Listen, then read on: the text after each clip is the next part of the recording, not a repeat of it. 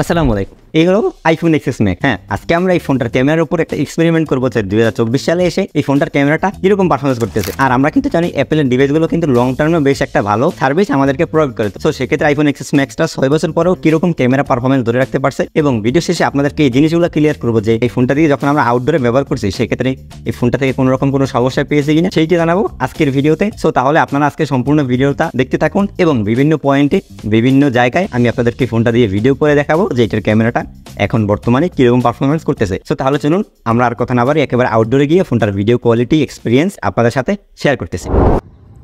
আচ্ছা, তাহলে চলে আসলাম আমরা আউটডোরে আইফোন এক্সএসের ভিডিও করার জন্য।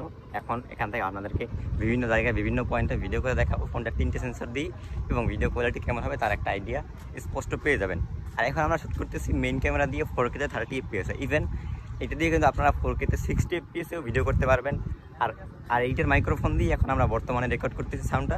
তো সাউন্ডের একটা ডেমো আপনারা পেয়ে যাবেন।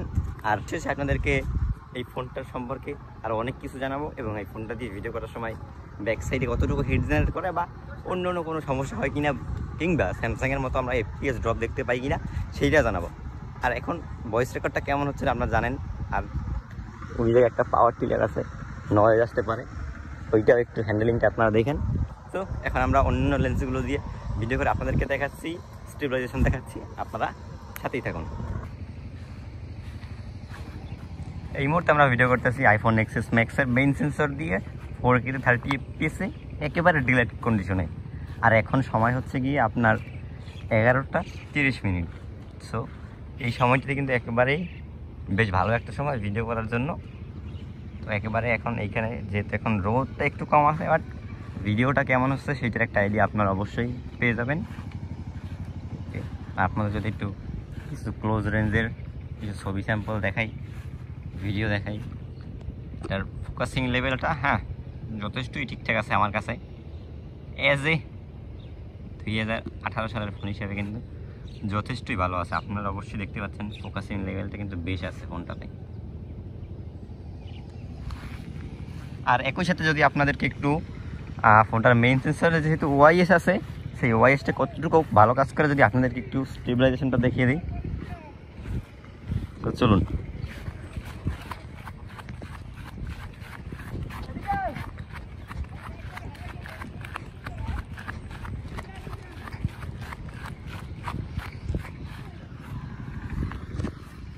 তো এই তো ছিল মোটামুটি ফোনটার মেইন সেন্সরের ভিডিও কোয়ালিটি এবং স্টেবিলাইজেশন কোয়ালিটি। যেহেতু ফোনটাতে ওআইএস আছে, তবে ফোনটা অনেক আগেকার হওয়ার থ্রুতে ওআইএসটা তেমন একটা ভালো কাজ করতে পারতেছে না।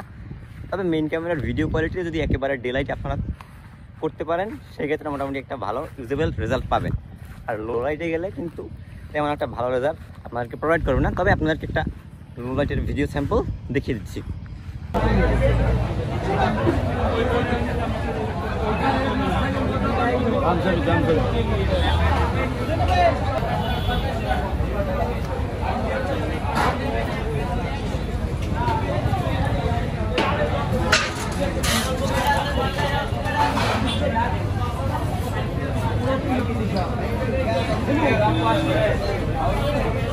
আচ্ছা, আপনারা কিন্তু 12 মেগাপিক্সেলের একটা মেইন সেন্সরের সাথে সাথে একটা কিন্তু 12 মেগাপিক্সেলের টেলিফটো লেন্স পাচ্ছেন, যেটা দিয়ে আপনারা 2x অপটিক্যালি জুম করতে পারবেন এবং সর্বোচ্চ 6x পর্যন্ত ডিজিটালি জুম করতে পারবেন, যেটার জুম কোয়ালিটিটা ঠিক এরকম।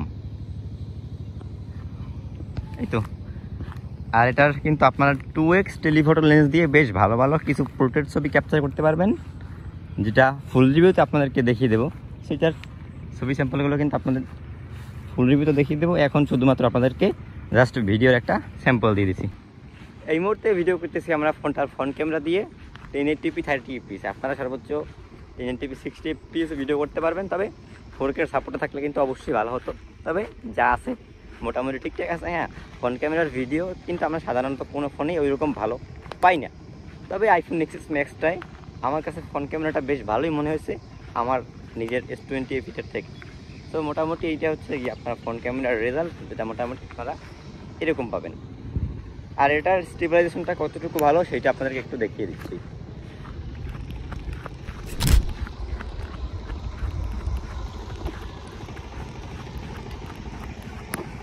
তো এই ছিল মোটামুটি ফোনটার স্টেবিলাইজেশন।